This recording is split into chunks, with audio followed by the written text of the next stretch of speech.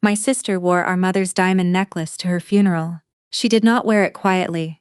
Celeste stood beneath the stained glass windows of Ashford Memorial, one hand resting over the pear-shaped diamond at her throat, and told nearly 80 people that our mother had wanted her favorite daughter to have it.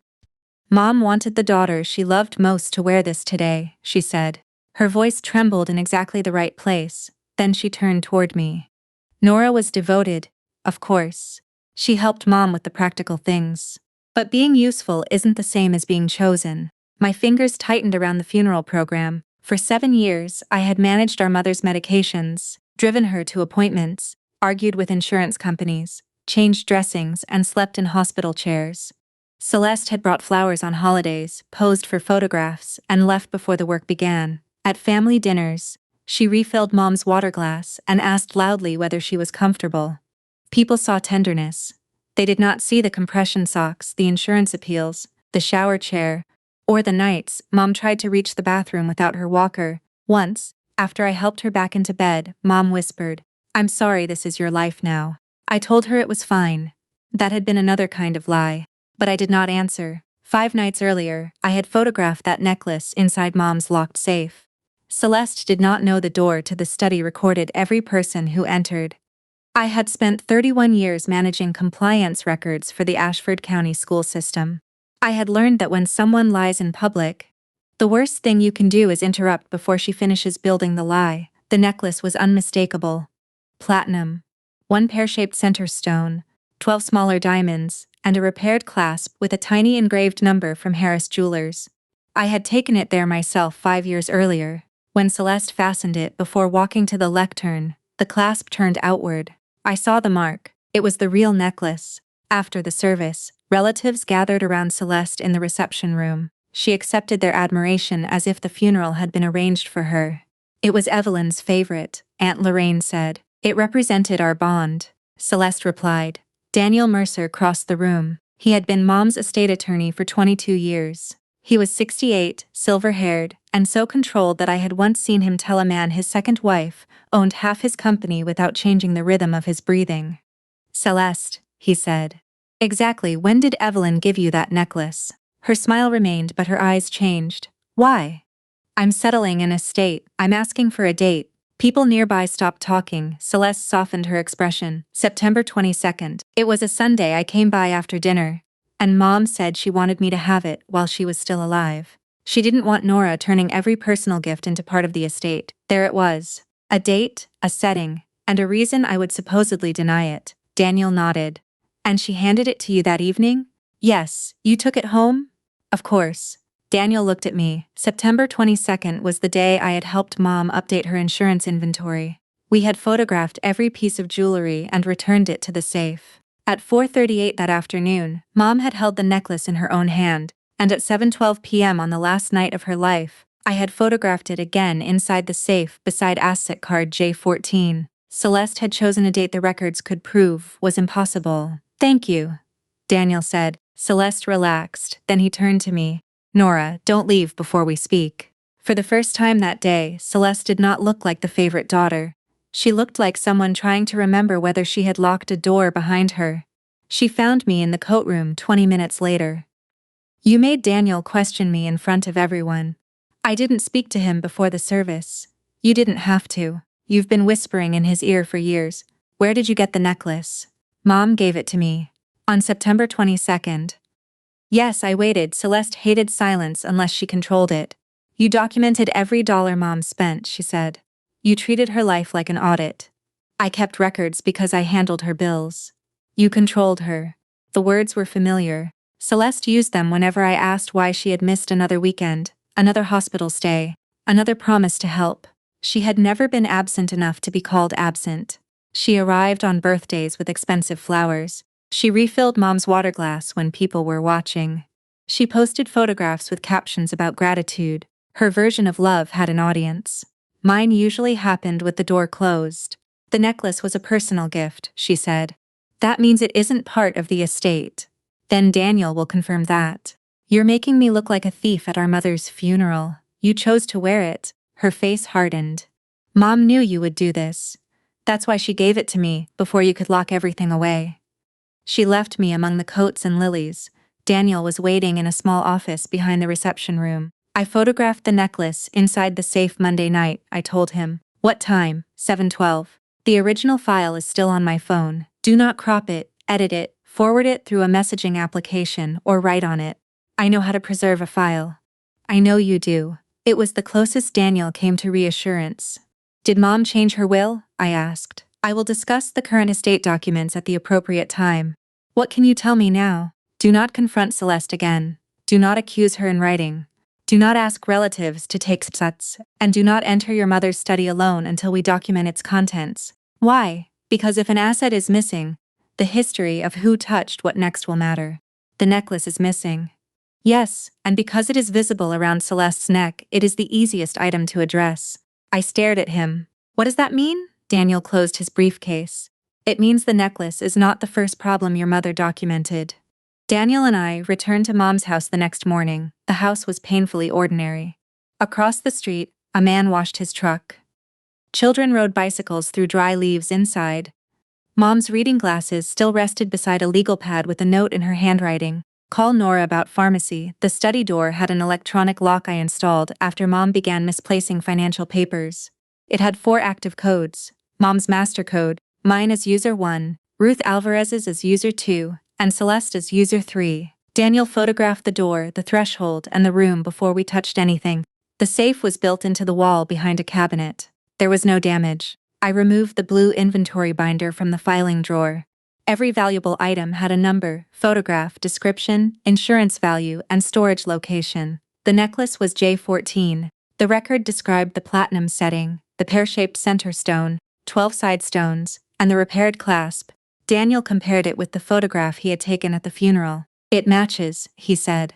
Behind the inventory page was the signed insurance update dated September 22nd, this exact day Celeste claimed Mom had given her the necklace. I opened Mom's laptop. The image metadata showed the necklace had been photographed at 4:38 p.m. Then I showed Daniel the picture from Zay night, 7:12 p.m., October 13th. The necklace sat inside its gray case beside the J14 card. Daniel copied the files to an evidence drive. Mom's will referred to a separate personal property memorandum assigning specific belongings to specific people. The envelope was still behind the jewelry inventory, but it had been torn open. I counted the pages. J11 went to Aunt Lorraine. J12 went to a cousin. J13 went to the Historical Society, then the list skipped to J15. The page for J14 was gone. Daniel photographed the torn envelope. Who knew about this binder? Celeste knew Mom kept an inventory. Ruth helped gather some items. You knew. My phone rang. Ruth's name appeared on the screen. Nora, she said behind her voice. Is Mr. Mercer with you? Yes. I shouldn't have called. What's wrong? I'm sorry. The line went dead. Daniel wrote down the exact exchange. Ruth had cared for Mom for 18 months. I had trusted her with medication schedules, blood pressure readings, bathing assistance, and the frightening hours when I could not be there. Celeste had occasionally paid her to remain after her scheduled shift, claiming she wanted to give me a break. I had thanked them both. Now every late shift looked different in memory. That was the danger of a missing object and a frightened phone call. They contaminated innocent details. I began attaching Ruth's name to the torn envelope and the open safe even though the lock history showed no entry under her code that night, Daniel noticed. Do not let suspicion become a conclusion, he said. Easy for you to say. No, necessary for me to say. I looked around the study. Mom's lavender hand cream sat beside the telephone. A cardigan hung over the back of her chair. The room had once been where she balanced the family checkbook and wrote birthday cards weeks early. Now it felt like a place where every ordinary object might be evidence. For years, I had believed records made life simpler. A date fixed an appointment. A receipt answered a reimbursement question. A medication chart prevented an error. But records did not prevent betrayal, they only made it harder to deny afterward. Why would she be afraid to speak to you? I asked. I don't know that she is afraid. She may have remembered an instruction. From whom? He did not answer. I opened the lock application. It stored 90 days of activity. On October 13th, user 1 entered at 7:06 p.m. and exited at 7:27. That was me. No one entered again until 10:41 p.m. User 3. At 11:18 p.m. User 3 exited. Celeste had been inside the study for 37 minutes. She had told me she went straight home from the hospital. Daniel photographed the screen. She took it, I said. We have evidence she entered the room after the necklace was photographed. We have evidence she possessed it afterward. We have a missing memorandum page and a false statement about when she received it. That means she took it. It strongly supports that conclusion. You really cannot say one ordinary sentence, can you? Ordinary sentences are expensive in court. By noon, Mom's dining table had become a timeline. At 6:34 p.m., I left the hospital to collect an insurance card and a prescription. At 7:02, I entered Mom's house. At 7:200, I photographed the necklace. At 8:05, the nurse's notes placed me back in Mom's room. Celeste arrived at 8:46. At 9:30, Mom told me to go home. You've been sleeping in chairs for 7 years, she said. Celeste offered to stay. I left at 9:49. Celeste's parking ticket showed she exited 14 minutes later. At 10:16 she texted me. Mom is resting, I'm heading home, try to sleep, I replied. Thank you. Call me if anything changes. She sent back a heart. At 10:41 she entered Mom's study. At 11:24 she called me and said she was in her kitchen. The hospital called at 4:57 the next morning. Mom's breathing had changed. I reached her at 5:28. Celeste arrived 15 minutes after Mom died and said, "You should have called me sooner." I had called 6 times. I had not corrected her. That had been our family pattern. Celeste created a version. I absorbed it. Everyone called the result peace. Daniel asked what Celeste had said about the house during Mom's final hospitalization. She asked which dress we would use if Mom died, I said. And whether Mom still had grandmother's diamonds. What did Evelyn say? Not everything valuable belongs to the person who wants it most. Daniel closed the binder. I expected a dispute, he said. Evelyn told me she felt pressured. She instructed me to verify whether property had been removed, whether anyone made a false claim of ownership, and whether someone attempted to act on documents she had withdrawn. What documents? Before he could answer, the doorbell rang. A delivery driver held a certified envelope from Northfield Wealth Management, Mom's investment firm. The first page read, Notice of Beneficiary Dispise and Administrative Hold. Northfield had received conflicting instructions concerning an account worth approximately $1.48 million. The account had long been divided equally between Celeste and me. It came from the sale of Caldwell Office Supply, the company Mom and Dad built together. Dad attracted customers. Mom handled payroll, taxes, inventory, contracts, and every detail that kept the business alive. She never treated that money as family property available to whoever needed it most. It remained hers. A beneficiary change request submitted 18 days before Mom's death removed my name and assigned 100% to Celeste. The necklace had suddenly become the smaller problem. Daniel called Mom's financial advisor, Andrea Kim. Because Mom had authorized him before her death to receive beneficiary records, Andrea sent a limited packet through a secure portal. The first document was a change of beneficiary form dated September 26th. Existing beneficiaries: Nora Caldwell Pierce, 50%, Celeste Caldwell Vaughn, 50% to correct designation, Celeste Caldwell Vaughn, 100%, Nora Caldwell Pierce, 0%. Mom's signature appeared on the last page. It looked real. The form had been completed neatly in black ink. Mom's account number was correct. Celeste's legal information was correct. Beneath Mom's signature was an unclear witness signature. The typed witness field was blank. A cover sheet from Celeste's company stated, Client has limited mobility. Form completed at residence. Home health nurse present. Please process promptly due to medical decline. Ruth knew about this, I said. Possibly, Daniel replied. You're still protecting her. I am refusing to accuse her before we speak to her. Then he pointed to the witness line. I know Ruth Alvarez did not sign this form. How? Because Evelyn contacted me that afternoon, and Ruth later provided documentation. What did Mom say? I need Ruth's account before I disclose the rest. Ruth agreed to meet us the next morning at a diner near St. Anne's Hospital. She was already seated in a back booth when we arrived, both hands wrapped around untouched coffee. I kept wanting to call you, she told me. But Evelyn made me promise not to speak until Mr. Mercer said it was time. Why? Because she was afraid you would confront Celeste before she had fixed it. Ruth opened a worn leather folder and placed her care report on the table. September 26th at 2:18 p.m., Celeste arrived without notice. At 2:31, she placed financial documents on the dining table. At 2:36, Evelyn stated that she did not want to change her investment beneficiaries. At 2:40, Celeste asked Ruth to witness a signature. At 2:41, Ruth refused. At 2:44, Celeste asked her to leave the room. At 3:19, Ruth returned after Celeste departed. At 3:22, Mom said, "I did not want to change anything. I wanted her to stop." The words blurred in front of me. I remembered that afternoon. I had gone to the pharmacy because Mom's inhaler prescription was delayed. Celeste texted that she was nearby and would sit with Mom while I ran errands. I had thanked her, always thanking her for arriving at the exact moment she needed the house to herself. "What happened in the room?" Daniel asked. Ruth described Celeste's failing hotel project, a tightening credit line, and her claim that Maya might have to leave school. Evelyn asked how much she needed, Ruth said. Celeste said she did not need a loan, she needed certainty. Celeste had used that word for years. She never demanded, she established certainty. She told Evelyn that Nora already had access to the house and had been living off her for years. Ruth continued. "I never lived there. I know." "Did Mom appear confused?" Daniel asked. "No, she knew the account, she knew the beneficiaries. She said she wanted it left half to Nora and half to Celeste." "Did she agree to sign the change?" "Not while I was in the room." Ruth said Celeste asked her to witness it anyway.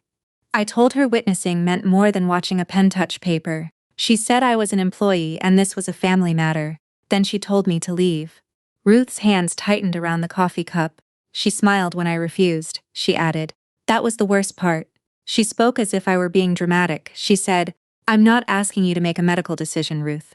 I'm asking you to watch a pen touch paper.'" I could hear Celeste saying it. Pleasant, controlled, making the other person sound unreasonable for understanding the rule. "Did Mom ask you to stay?" I asked. She looked at me but she did not speak. "You left her alone?" "Yes." The accusation came out before fairness could stop it. Ruth accepted it without defending herself. "I went to my car but I stayed in the driveway," she said. I wrote down the time, what Evelyn had said, and what Celeste had asked me to do. Through the dining room window, I could see Celeste leaning over the table while Evelyn remained seated. "How long?" Daniel asked. "About 35 minutes. Did anyone else enter the house?" "No." "Did you see Lydia Trent?" "No." "Did you see Evelyn sign?" "No." For a moment, I hated Ruth for leaving. Then I remembered how often Mom used a small shake of her head to tell me not to create a scene in front of Celeste. Ruth had followed the same signal I had obeyed for years. "I should have called you immediately," she told me. "You called Daniel, after Celeste left." I wish I had done it sooner. Some failures could be understood without being erased. Ruth reached across the table and turned to the last entry in her report. After the beneficiary incident, Mom had asked her to order a small recorder that could sit beside her chair. She wanted a record of future conversations. She knew Celeste would return, Ruth said. She was afraid the next version of the story would be whatever Celeste said after she died. That was when Daniel told me the original recorder was missing. "Why did you?" I asked. Celeste blocked the hallway. Evelyn looked at me and shook her head. "I went to my car and stayed in the driveway. I began writing the report while everything was fresh." She had seen Celeste standing over Mom through the dining room window. No one else entered the house. No second witness arrived. Daniel placed the beneficiary form beside Ruth's report. "Is this your signature?" "No." "Did you authorize anyone to sign for you?" "No." "Did you witness Evelyn sign?" "No." Northfield's later email identified the witness as Lydia Trent, Celeste's office manager. Ruth knew the name. "She was not at the house," Ruth said. "No one arrived while I waited outside." Daniel's voice remained calm. "If Lydia signed without observing Evelyn's signature, the form has a serious validation problem." "It is false," I said. "We still need Lydia's statement." Ruth turned to the second page of her report. After Celeste left, Mom's blood pressure had risen sharply. Her hands were shaking. She asked for her phone. "She called Daniel," Ruth said. Daniel finally opened the file he had refused to show me. At 3:31 p.m., Mom telephoned his office and said, "Celeste would not leave until I signed it. I need to stop it before she sends it." At 3:38, Daniel contacted Andrea Kim. At 3:46, Northfield placed an internal restriction on the account. At 4:02, Daniel emailed a revocation form. At 4:47, Mom signed it in front of Ruth and a mobile notary. At 5:19, Daniel sent it to Northfield's legal department. At 6:11, Northfield confirmed receipt. Celeste's courier delivered the original change request at 7:32 that evening. By then it was already blocked. The valid designation remained 50-50, Daniel said. Relief came so quickly it embarrassed me. For almost a day I had wondered whether Mom had erased me, not only from the account, but from whatever secret measure of love Celeste had always insisted existed. Evelyn did not remove you, Daniel said. She never intended to. Why didn't she tell me? Because she believed you would drive directly to Celeste's house, reveal the revocation, and give her time to destroy evidence. I wanted to argue, I could not. Daniel placed another document on the table. A codicil signed September 2nd, weeks before the beneficiary form. Mom's original will divided the probate estate equally and named Celeste and me as co-executors. The codicil changed the executor provision if either daughter concealed, removed, transferred, or mischaracterized estate property, or used coercion, intimidation, or material misrepresentation to influence Mom's decisions, that daughter would be deemed unsuitable to serve. Daniel would become independent executor. She knew before the form, I said. She was concerned before the form, he corrected. Celeste had been asking about the account, beneficiary changes, and whether personal gifts needed to appear in probate records. Then Daniel showed me a small black digital recorder. Ruth helped Evelyn purchase this model after the beneficiary incident, he said. Your mother wanted a record of future conversations. Where is hers? Missing. Ruth had helped Mom transfer 2 short files to a secure folder, but Mom told Daniel there was a longer recording stored on the device. The recorder had been kept in the side drawer beside Mom's chair. I remembered Celeste picking up a small black object there 2 weeks before Mom died. What's this? She had asked. Mom answered too quickly. Something Ruth uses for medication notes. Celeste had seen it. If she found the recorder, I said, she may have destroyed it. She may have, Daniel replied. And if the longer file is gone, we rely on the documents we have. What was on it? Evelyn believed it explained more than the beneficiary form. Explained what? Celeste's conduct. Only Celeste's? Daniel did not answer. For the first time I wondered whether my sister had been telling the truth about one thing. Maybe Mom had said something about me when I was not in the room. Something painful enough that Daniel believed I should not hear it until every other piece of evidence was secure. Celeste came to my house on Wednesday evening without calling. She wore a pale gray coat and carried the necklace inside a green velvet box. Daniel sent me a preservation notice, she said after I let her in. He has no authority to call this estate property. Then explain that to him. I already did. You told him Mom gave it to you on September 22nd. She did. The inventory was completed that afternoon. I photographed the necklace in the safe Monday night. The lock record shows you entered the study at 10:41. For the first time, her composure cracked. I stopped to get funeral papers. They were at the hospital. I didn't know. You told me you went straight home. I forgot I stopped. For 37 minutes? She removed her coat slowly and sat on the edge of the sofa. You sound like Daniel. I used to think that was an insult. She placed the jewelry box on my coffee table. I brought a solution. What solution? We stopped turning Mom's death into a criminal investigation. Daniel is administering an estate. He is building a case against me. Did you give him something to build? Her eyes flashed. You've been waiting 7 years to say that. No, I spent 7 years waiting for you to show up. She looked down at the box, then raised the calm, reasonable face she used with clients. The house is worth around $650,000, she said. You keep it. I take the Northfield account. We split the cash and everything else equally. My pulse slowed. Sometimes a proposal was so revealing that emotion had to step aside.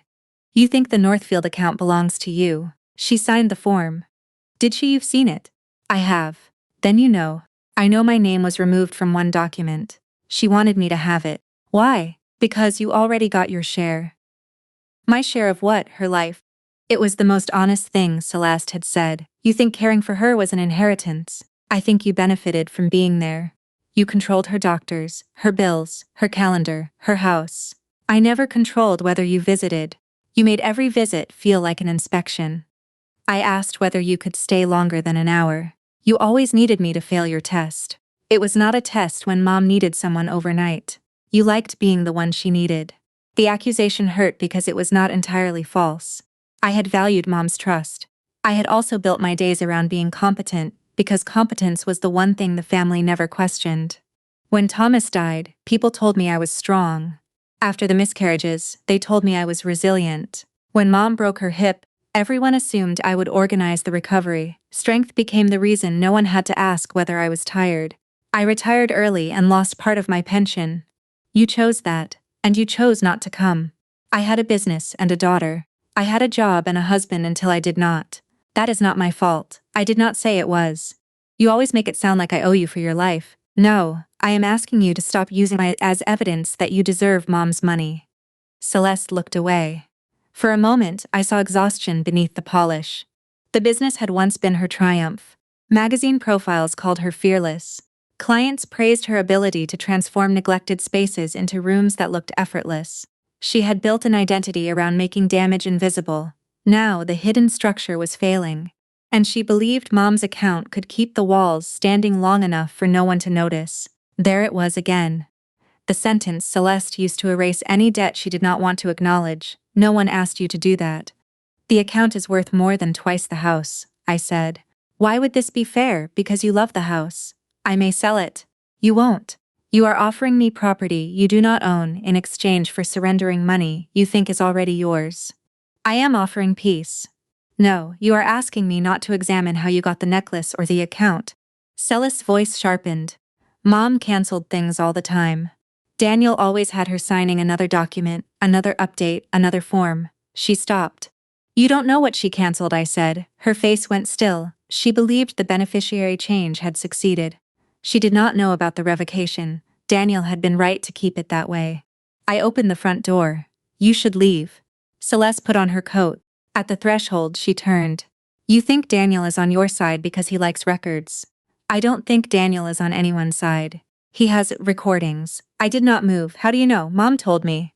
What did she say was on them? Celeste gave me a tired smile. You should ask Daniel what Mom said after you left the room. Then she walked to her car. I spent the night at my kitchen table writing down every statement she had made, as exactly as I could remember it. You keep the house. I take the Northfield account. Mom gave me the necklace verbally. I collected it later. You should ask Daniel what Mom said after you left the room. Celeste did not abandon a story when facts damaged it. She renovated it.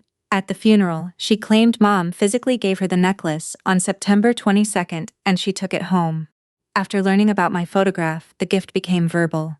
Mom had supposedly declared it hers but kept it in the safe. Every version changed except the conclusion.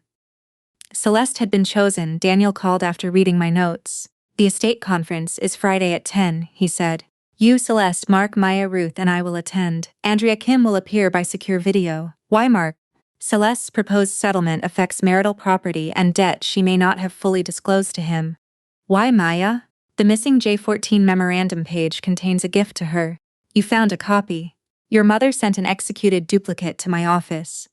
Who gets the necklace? You will hear it with everyone else. The next day, I searched Mom's study under Daniel's instructions. In a desk drawer, I found a printed chain of emails between Mom and Celeste. Celeste had asked who was listed on the Northfield account and suggested I might have created tax problems. Mom replied that the account remained equal and that I handled bills under a system she approved. Celeste invoked Maya's tuition and called her the future of the family. Mom replied, Maya matters to me independently of what I leave either daughter. Celeste accused me of making myself indispensable. Mom answered, Nora does not have more authority than family. She has more responsibility because she has accepted more responsibility. The last email asked Mom to reconsider because I had no children. Beneath the printed page, Mom had written 4 words in ink. Love is not a voting block. I finally understood what Celeste had done. She had transformed Mom's love into a contest and demanded a winner. My phone rang. Maya sounded younger than 21. Daniel sent me a meeting notice, she said. Mom says Grandma left me something. Is this about the necklace? Yes. Did Grandma give it to Mom? I have not seen a valid document saying that, Fat. Are you going to humiliate her tomorrow? The question hurt because it was fair. I won't lie to protect her, I said. That isn't the same as no. No, it isn't. What am I supposed to do if she lied? You are not supposed to do anything. You are her daughter, not her attorney, accountant, or shield. What if she says listening is betrayal? Then remember that listening to the truth is not betrayal. Maya was silent before she said, Grandma once told me you and Mom were both convinced she loved the other one more. What else did she say? That you counted love by who stayed, and Mom counted it by who was missed. The words settled deeper than the account records. I'll come tomorrow, Maya said. Will you sit near me? Yes. That afternoon, Daniel's formal agenda instructed anyone possessing disputed property to bring it for inspection and safekeeping. Celeste replied to the entire group, "The necklace is not disputed property. It was a lifetime gift from my mother. I will wear it, as she intended." I called Daniel. "No private bargains tomorrow," I said. "Put every piece in front of everyone. You understand that once certain information is disclosed, it cannot be returned to privacy." I looked again at Mom's handwritten note. "Love is not a voting block. Do it with everyone in the room," I said. Daniel's conference room had no windows. A long walnut table filled the center. A wall-mounted screen faced the chairs. There were no photographs, no clocks, and nothing to distract from the documents. Ruth sat on my left. Maya sat on my right. Mark arrived carrying a yellow legal pad. He looked older than he had at the funeral. At 9:57, Celeste entered. She wore the necklace. She had chosen a black silk blouse with a low neckline that placed the pear-shaped diamond exactly where every person could see it. "Maya, come sit with your father and me," she said. "I'm fine here. This is a family matter. Aunt Nora is family." Something tightened around Celeste's mouth. Daniel took his seat at the head of the table. His assistant, Claire, opened a laptop to record and transcribe the meeting. "No one will interrupt while evidence is presented," Daniel said. "Statements about dates, property, conversations, or legal rights should be specific." Celeste leaned back. "We all know why we're here. I am going to state the procedure anyway." He began with the necklace. "Did you bring the item identified in the preservation's notice?" "I'm wearing my necklace." "Do you maintain that Evelyn gave it to you during her lifetime?" "Yes." "When?" "September 22nd. Did she physically hand it to you that day?" Celeste glanced at me. "She gave it to me as a gift. That does not answer the question. She told me it was mine." "Did you take possession?" "Not permanently. She wanted to keep it in the safe until she passed. At the funeral, she had said she took it home. At my house, she said she collected it later." Now Mom had retained possession after giving it away. The story kept changing. The conclusion did not. Claire displayed the September 22nd inventory photograph, the signed insurance update, and the J14 record showing Evelyn as owner and the wall safe as storage location. "This is paperwork," Celeste said. "Mom did not document every private conversation." "No one claims she did," Daniel replied. Then the screen showed my October 13th photograph, the necklace inside the safe at 7:12 p.m., less than 12 hours before Mom died. "This only proves it was in the safe," Celeste said. Daniel displayed the study lock history. User 1 entered at 7:06 and exited at 7:27. User 3 entered at 10:41 and exited at 11:18. Celeste's hospital parking record showed she left at 10:03. Her text at 10:16 claimed she was heading home. At 11:24, she told me she was in her kitchen. "Why did you enter the study?" Daniel asked. "To get funeral instructions. They were at the hospital. I didn't know. What else did you remove?" "Nothing." "Did you remove the necklace?" "No." "Then how did it leave the safe?" "Mom may have given it to me earlier, and I collected it later." Daniel placed the torn personal property envelope on the table. "Did you remove the J14 page?" "No." He distributed copies of the executed duplicate from his office. J14, diamond necklace, to Maya Caldwell Vaughn, to be held until age 25. Maya stared at the page. The duplicate included Mom's initials at the bottom and Daniel's receipt stamp from 6 months earlier. Celeste had removed the copy from the house, but she had not known Mom sent another one to her attorney. The pattern was becoming clear. Mom had created duplicates, outside witnesses, and separate storage because she understood that a document inside her own house could disappear. Celeste touched the diamond at her throat.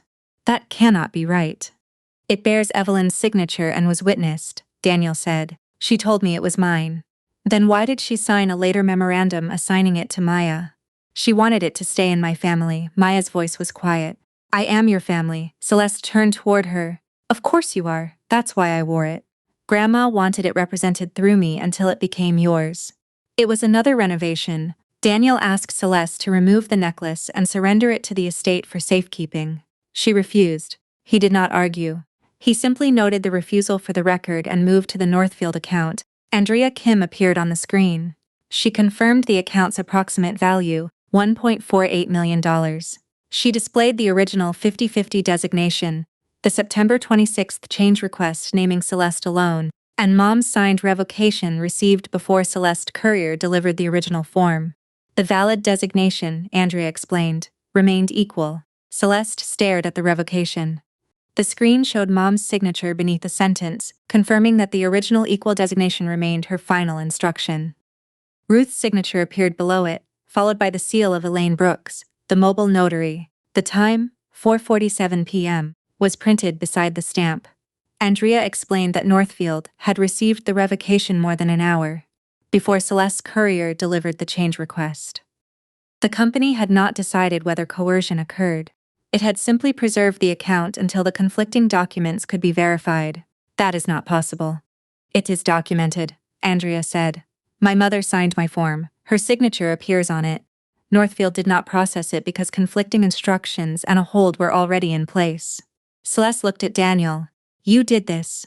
I prepared the revocation Evelyn requested. She was medicated. Ruth lifted her head.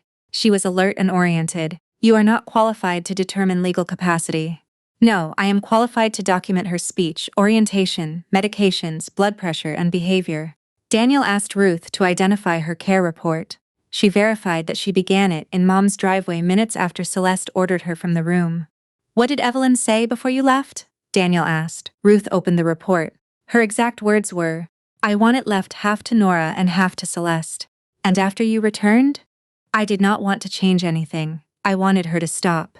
Celeste turned toward Andrea. The witness section was completed. Lydia confirmed the signature. Daniel opened another document. Lydia Trent provided a statement through independent counsel yesterday. Celeste's head snapped toward him. He read the relevant portion. Lydia stated that Celeste brought the completed form to the office at approximately 5:45 p.m. and asked her to sign the witness section. Lydia had not been at Evelyn's home and had not observed the signature. Mark set down his pen. Celeste. She did not look at him. Lydia recognized Mom's signature, she said. That is not witnessing, Daniel replied. It was an administrative correction. It was a false attestation. Celeste reached for her handbag. I want an attorney. You may obtain one, Daniel said. You may also leave. The estate administration will continue. Mark placed one hand over her bag. Sit down. She stared at him. You used our employee to sign a form involving your mother's money, he said. You mortgaged our house and I still don't know the full amount. This is not the place. It became the place when you asked your mother for $1.5 million. I was trying to save our business. I thought the credit line was $120,000. How much debt? Celeste said nothing. Mark no longer looked at her as the person who would explain everything later. He looked at her as a source that required verification. How much? He asked again. $312,000. Maya inhaled sharply. Does that include the line against the house? Mark asked. Yes, Maya looked at her mother. You said my tuition was paid. It is for this year. What about next year? I was handling it. With Grandma's money, I wanted to protect your future. You kept saying I might have to leave school, because that was a risk. I have scholarships, I could take loans, I didn't want that for you. So Grandma had to give you everything. She had resources. They were hers. Celeste struck the table with her palm. The water glasses trembled. For a second, the composed woman from the funeral disappeared.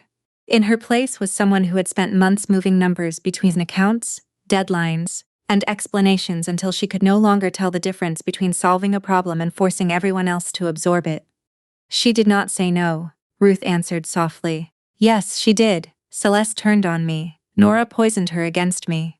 Nora made herself necessary. Her whole identity depended on being the responsible daughter. The sentence found its target because part of it was true. Yes, I said. I valued Mom's trust. Celeste blinked. So did you? You wanted it without doing what earned access to her finances. I should not have had to earn my mother's love. No, but you had to earn access to her money. Daniel spoke before the argument could become another family trial. We are not here to determine which daughter was loved more. We are here to determine whether Evelyn Caldwell's property and instructions were handled lawfully. He confirmed that Celeste would still receive half of the Northfield account. Mom had protected herself without disinheriting her. For a moment, Celeste looked almost grief-stricken. Then Daniel distributed the codicil.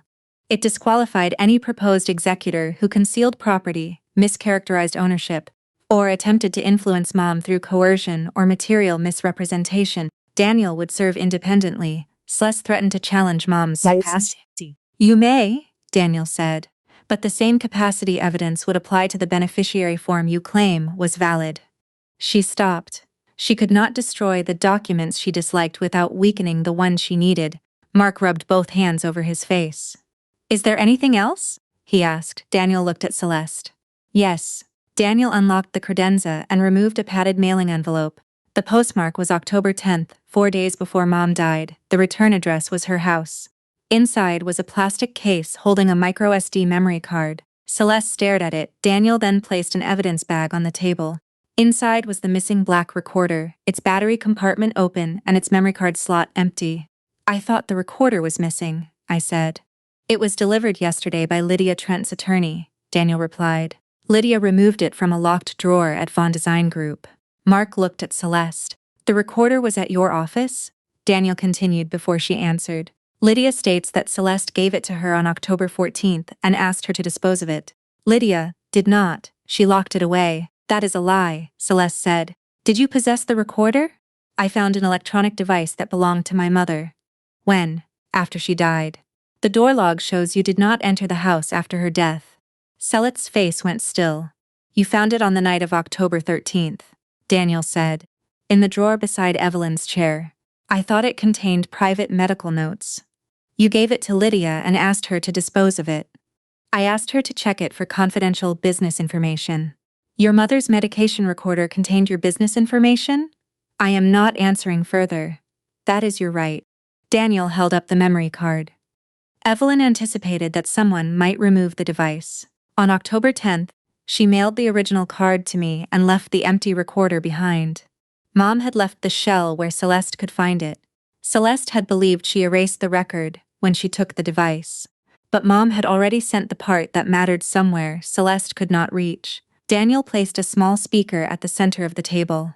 No one is required to remain, he said.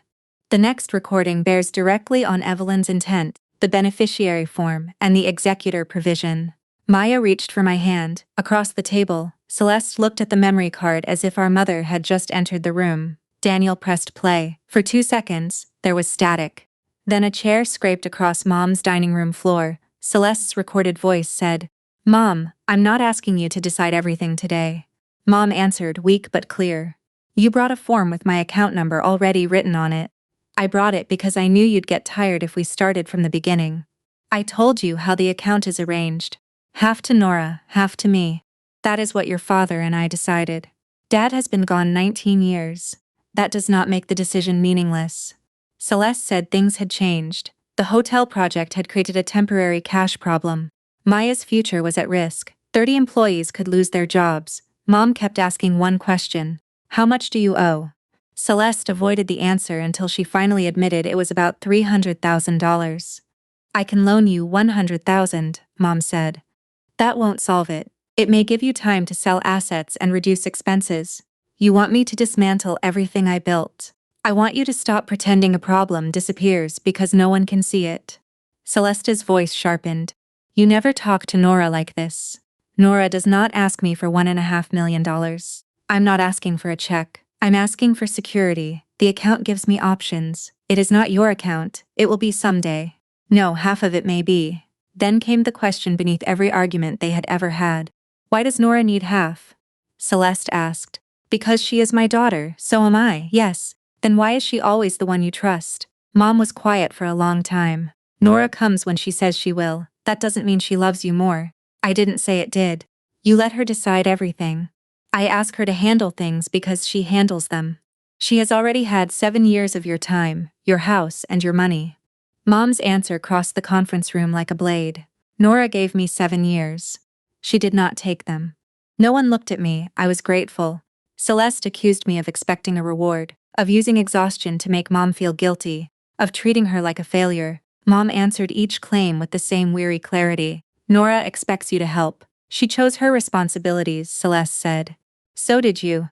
Celeste returned to Maya, the company, the house, and the employees. She said the family would lose everything. Mom offered practical choices. Accept a loan, sell the house, reduce the business, tell Mark the truth. I can't, Celeste said after each one. Then what can you do? Mom asked. I can save it if you help me, with money that will eventually come to our family. It is already in our family. Celeste's voice cracked. Why can't you do one thing that proves you see me? I see you. No, you see every mistake. I see a frightened woman asking me to make her fear someone else's responsibility. You always defend Nora. I am defending my own decision. If you sign this, I will know you still consider me your daughter. Mom's response was almost a whisper. You should not make me purchase your love. Celeste pushed the paper closer. Just sign it. You can stop worrying about the company. You can stop worrying about Maya. I will handle everything. I said no. Then what am I supposed to do? Tell your husband the truth. I can't. Sell the house. I can't.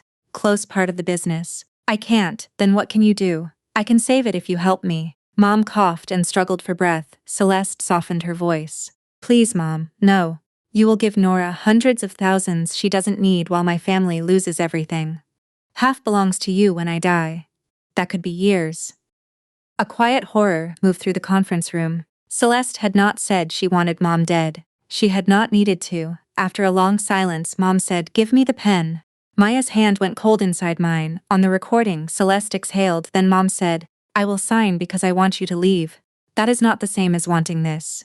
The room went completely still. The recording continued long enough to capture the scratch of a pen, Celeste gathering papers, and the front door closing. Then Ruth returned. Mom said, "Call Daniel now." Daniel stopped the file. No one spoke. Celeste stared at the table. "That was private," she said. "It was Evelyn's recording," Daniel replied. "She instructed me to use it if anyone disputed her intent. You edited it. The original file and metadata have been preserved. A forensic copy was made before playback."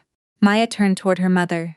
"You said you did this for me." "I did." "No," Maya said. "You used my name because Grandma loved me. You made my education sound like an emergency so she would feel guilty. I was protecting you. You never asked what I wanted. I am your mother. I know what you need. I needed you to tell Dad the truth. I needed you not to make Grandma responsible for your business."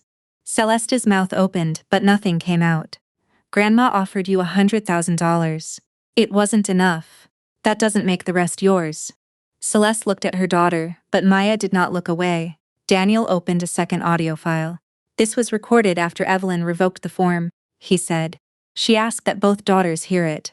The second recording began with Mom speaking to Daniel by telephone. Ruth's voice could be heard nearby, confirming the time. "Evelyn," Daniel said, "tell me what happened in your own words."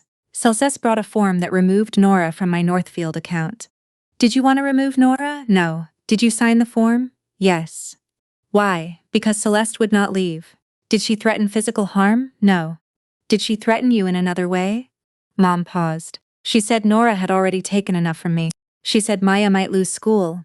Celeste might lose her house. And it would be because I chose Nora over her." "Did you believe those outcomes would be your fault?" "I knew they were not. But she wanted me to feel they were." "What do you want Northfield to do? Leave the account equal. Do you want Celeste removed as a beneficiary?" Another pause. "No." Celeste lifted her head. Mom continued. "She is frightened. Frightened people can become cruel, but cruelty does not erase the fact that they are frightened." Daniel asked whether Mom wanted to change the executor appointment. "Yes," she said. "Someone who hides property or pressures me for money should not control what happens after I die." Then he asked the questions I had feared all week. "Do you believe Nora has pressured you financially?" "No." "Has Nora taken money without permission?" "No." "Has Nora prevented Celeste from visiting?" "No." "Has Nora tried to influence your will or beneficiaries?" "No." My throat closed. Celeste had warned me to ask what Mom said after I left the room. She expected me to fear a secret accusation. Instead, Mom had created a record protecting me from the exact accusation Celeste planned to make. Daniel's recorded voice softened. "Is there anything you want Nora to know?" Mom's breathing filled the speaker. "I want her to know that being dependable did not make her less loved. She thinks because I call her for difficult things, I see her only as useful. I know what it cost her to stay. I know she will say it was her choice. It was. That does not mean it was free." My vision blurred. Maya leaned into my shoulder. "I should have required more from Celeste years ago," Mom continued. "Instead, I kept asking Nora to understand. Nora was always the one who could handle one more thing, so I gave her one more thing. That was unfair. No legal document had prepared me for an apology. I had expected instructions, not recognition. Do you want this played for Nora privately? Daniel asked. No, I want both girls to hear it. Why? Because they have spent their lives using me as evidence against each other. The file ended. Daniel looked at Celeste and me. There is one final statement, he said.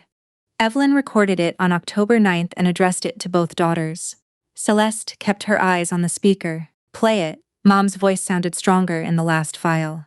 Nora, Celeste, if you are hearing this together, then something happened that I hoped would not happen. She paused to breathe. I loved you differently because you needed different things. That does not mean I loved one of you more. Celeste's face crumpled slightly. Nora, you believed love was measured by who stayed. Celeste, you believed love was measured by who was missed. Both of you were wrong. Maya had repeated those words to me the day before. Mom must have practiced the truth with her granddaughter, because it was easier than saying it to two daughters who had spent decades defending themselves. No one is entitled to turn another person's love into evidence, Mom said. Not for praise, not for victory. The room was silent except for her voice. The necklace belongs to Maya when she is 25. I want one family object to reach the next generation without being used to decide which daughter mattered more. Maya covered her face. To Celeste, your fear is real, your debt is real, but neither gives you ownership of someone else's consent. Celeste stared at the table. To Nora, your sacrifice was real, but it does not require you to spend the rest of your life rescuing everyone who refuses responsibility. I felt the words as if Mom were sitting beside me. You are allowed to stop. For 7 years, every plan had begun with Mom. Medications, meals, appointments, safety. Even after her death, I had continued working. Dates, evidence, property, court forms. I had never asked what would happen when the work ended. Mom had. I do not want either daughter destroyed, she said. I want the truth preserved, I want Maya protected, and I want the person administering my estate to follow the documents rather than the loudest voice in the room. There was a soft click. Then Mom added one final sentence. Being loved is not the same as being entitled.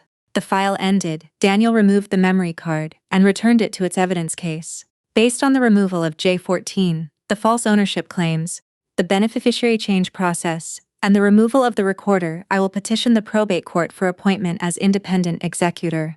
And Nora? Celeste asked. Nora will not serve either. I looked at him. That had been Mom's design. If one daughter became unsuitable, Daniel took control rather than leaving the other daughter with absolute power. Mom had protected me from Celeste. She had also protected me from one final impossible family responsibility. Do I still inherit? Celeste asked. Northfield remains 50-50. The probate estate remains divided according to the will after expenses and specific gifts. After everything you played, your mother did not disinherit you. Why? Daniel closed the folder. Because her purpose was to protect her estate, not punish you beyond her stated wishes. Celeste looked genuinely confused. She had prepared to fight a mother who wanted to leave her nothing. Instead, she had to face a mother who saw exactly what she had done and still left her half. Anger would have allowed Celeste to remain the victim. Mercy required her to see herself clearly. You remain a beneficiary, Daniel said. You are no longer an executor. Justice did not arrive with police in the hallway or handcuffs at the table. It arrived as paperwork, a revoked form, a lock log, a care report, a missing inventory page, a false witness statement, and a memory card mailed 4 days before death. Each document was ordinary by itself. Together, they made it impossible for the loudest person in the room to replace the truth. Daniel's assistant placed a property receipt beside an evidence pouch. Celeste read it for several minutes, then removed the necklace. Without it, her throat looked strangely bare. She placed J14 into the pouch and signed the receipt. Maya watched Daniel lock it in the credenza. I don't want it, she said. You do not need to decide today, Daniel replied. The memorandum delays delivery until you are 25. You may disclaim it later. Celeste turned to her. You shouldn't give away something Grandma wanted you to have. Maya's expression changed. Now you care what Grandma wanted? Maya? I said quietly. You don't have to defend her. I'm not. I'm asking you not to say something you'll carry longer than she will. Maya looked back at her mother. I need space. Celeste nodded too quickly. As if space were a temporary inconvenience instead of a boundary, Daniel explained the settlement he would recommend. Celeste would return every removed item, produce every estate-related document, accept independent administration, and pay the extraordinary recovery and legal expenses from her probate share, rather than shifting half of them to me. She could object. She could challenge the codicil. She could argue Mom lacked capacity. But every path weakened another part of her own story. If Mom lacked capacity to decide the codicil and revocation, the same concern would threaten the beneficiary form Celeste relied upon. If the necklace was a lifetime gift, the photographs, insurance recs, missing memorandum page, and Celeste's changing explanations remained. If she denied taking the recorder, Lydia's statement and the device found at her office remained. "What does Nora want?" Celeste asked. Every person turned toward me. For 7 years, the family had asked what Mom needed, what Celeste could manage, what Maya required, and what would keep the peace. They rarely asked what I wanted. I want the necklace secured for Maya. I want the account distributed under Mom's valid designation. I want Daniel appointed so neither Celeste nor I controls the other's inheritance. I want every item taken from the house returned. Daniel nodded. Anything else?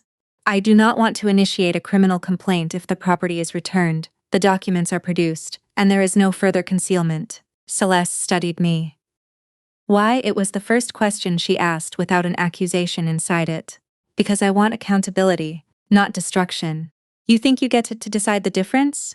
No, but I get to decide whether revenge becomes my next responsibility. Her face tightened. You always have to be the good one. The old contest was trying to rebuild itself. I'm not trying to be good, I said. I'm trying to be finished. Mark refused to leave the conference until Celeste agreed to give him every loan statement, tax return, lien, and personal guarantee connected to the business.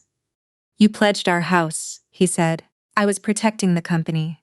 You were protecting the version of yourself that never fails. He did not shout. That made the sentence more final. I am not deciding our marriage today, he continued. But our finances will be separated until I understand what you did. Celeste looked toward Maya, but her daughter had turned toward the blank wall screen. No rescue came from that direction either. Before leaving, Celeste stopped beside me. You knew Mom revoked the form when I came to your house. Yes, and you let me offer you the house. You came to buy my silence with property you did not own. You could have stopped me. I could have told you enough to help you build a better lie. So it was a trap. No, a trap creates the behavior. The documents only preserved what you chose to do. Her eyes filled. I really was trying to save everything. I believe you. She looked surprised. It does not excuse it, but I believe you were afraid. You have no idea what it is like to watch everything you built collapse. I thought of my husband Thomas, 3 miscarriages, a career narrowed into part-time work, and Mom losing one ability after another. I know what it is to lose things, I said. I just did not decide that made other people's choices mine. For a moment, she looked 9 years old. The little girl who entered every room searching for proof someone had noticed her. Then the moment passed. Are you going to tell the family? I won't organize a campaign against you. But I will not lie when people ask why you are not executor or why the necklace was returned. What about Maya? You will have to rebuild trust with her. You could help, the request was automatic. Even now, Celeste assumed my role was to make the next difficult thing manageable. I will not turn Maya against you, I said.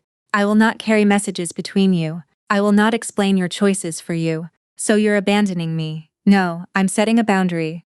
They sound the same when you're on the other side. Maybe. But they are not the same. She left without saying goodbye. Maya stayed with me that night. We ordered soup and barely ate it. Do you hate Mom? She asked. No. Will you forgive her? I don't know. Grandma said she didn't want her destroyed. Forgiveness and access are not the same thing. What does that mean? It means I can hope your mother becomes healthier without giving her another key to my house. The next morning, Daniel and I returned to Mom's home. New locks had been installed and a professional inventory team was scheduled.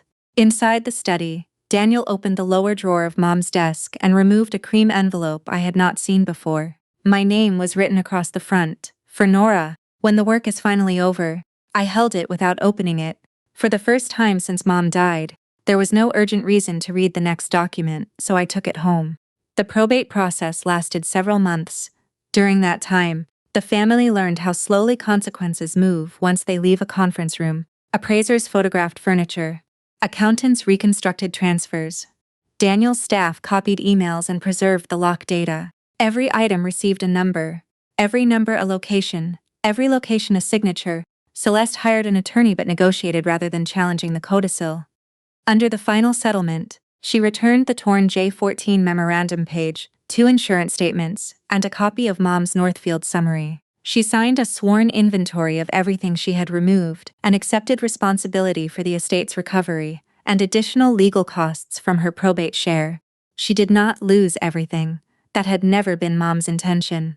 Northfield released the account and divided it equally. Mom's house sold after repairs. Daniel was appointed independent executor without a contested hearing. Celeste received enough to pay the company's most urgent creditors and prevent immediate foreclosure. But saving the house was no longer the same as keeping it.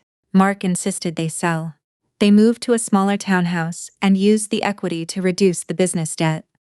Vaughn Design Group closed one office and laid off employees. Celeste had promised to protect. Mark did not leave the marriage immediately. He also did not return to pretending trust could be restored by agreement. Their finances were separated, they entered counseling, and an outside accountant reviewed the company. Celeste hated the outside review at first. Every invoice, loan, and personal guarantee had to be shown to someone who did not care how beautifully she explained it. The accountant discovered that the company had survived for nearly a year by postponing payments and moving short-term debt into longer obligations. There had been no single catastrophic decision, only dozens of smaller ones hidden behind the promise that the next project would fix everything. That was also how Celeste had treated the family. One explanation covered another until the structure could no longer support the weight. Maya remained in school. For several weeks, she communicated with Celeste only by text. Mark did not carry messages between them, and neither did I. When Celeste asked me to explain that she had acted from fear, I repeated the boundary I gave her at the conference. Fear could explain her conduct, but it could not become Maya's responsibility to repair. Maya eventually agreed to meet her mother in a counselor's office. She did not tell me everything they discussed. That was one of the first signs that I was learning to love someone without managing the process. I created a protected education trust that paid the university directly for tuition, books, and clinical expenses. Celeste had no access to it. Maya resisted at first. "I don't want you spending your inheritance on me because of what Mom did. I'm not paying her debts. I'm making a direct gift to you with rules that protect it." "Isn't that still rescuing?" I smiled. "You've been listening. Would you have helped me if none of this happened?" "Yes.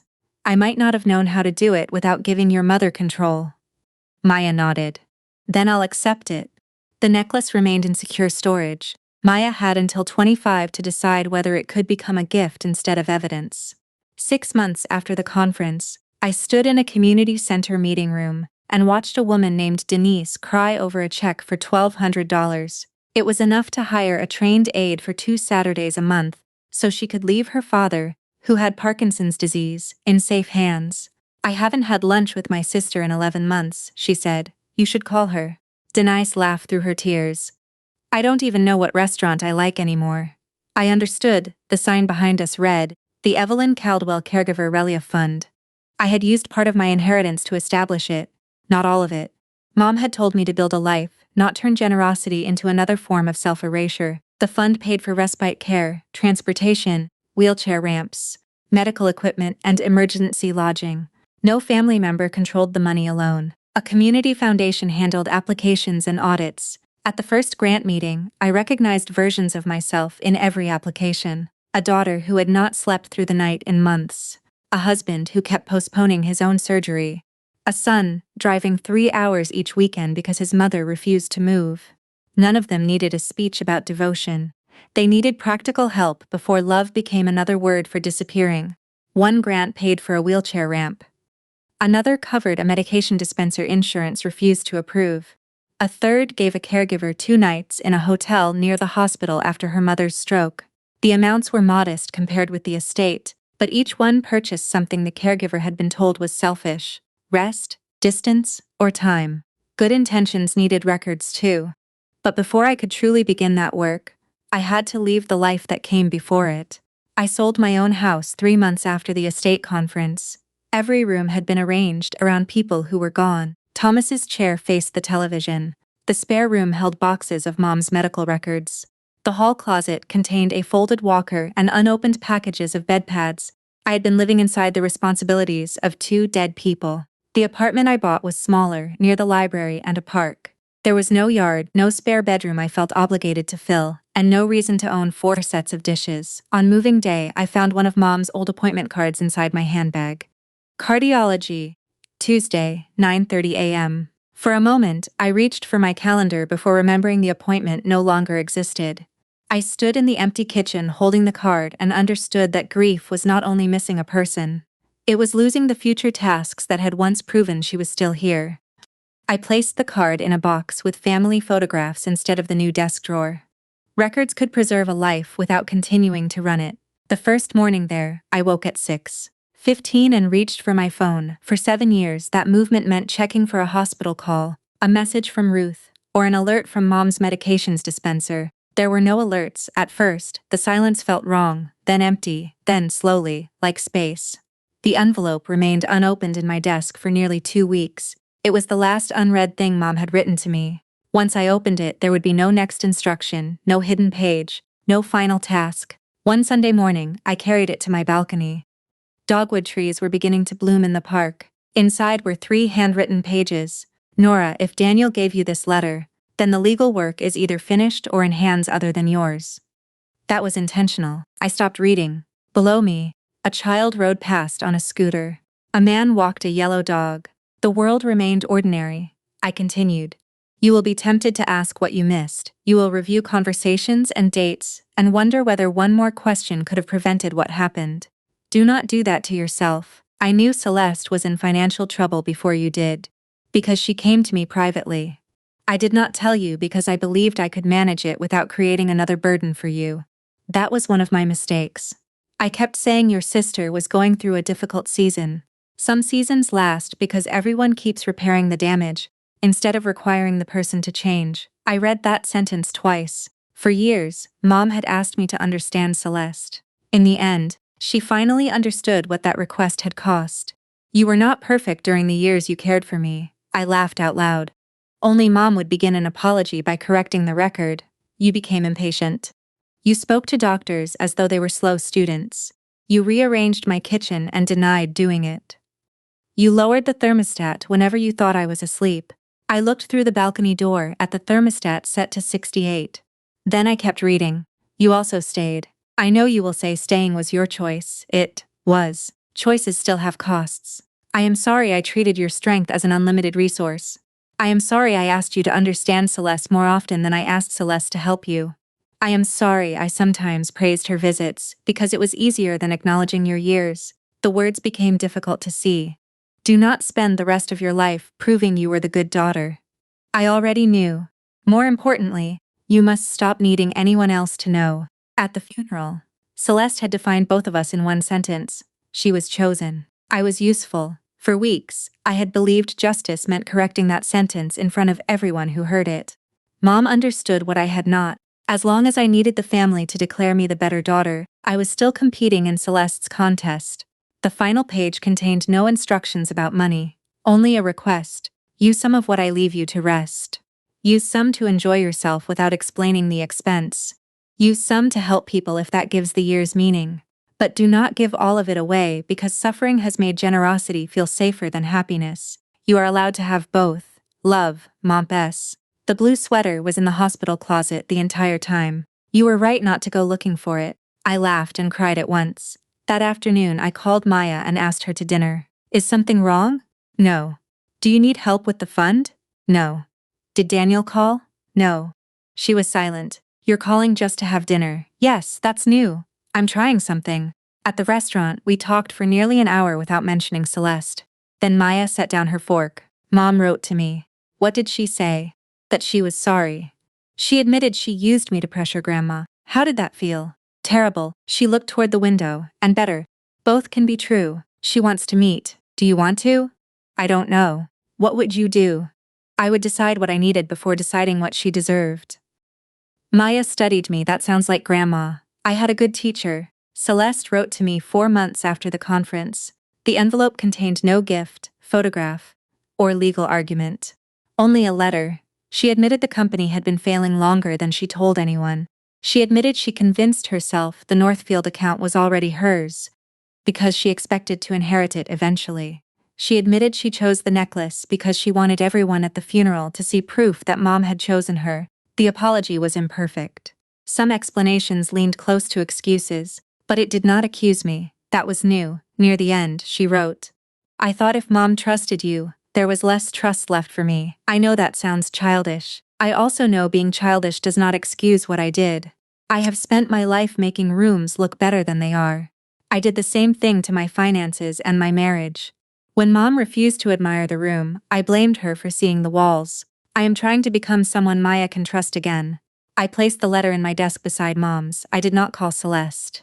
I did not invite her to dinner. I also did not throw the letter away. A week later, I sent a short reply. "I hope you become someone Maya can trust again." I did not write that I hoped she would become someone I could trust. That possibility belonged to the future, not to an apology.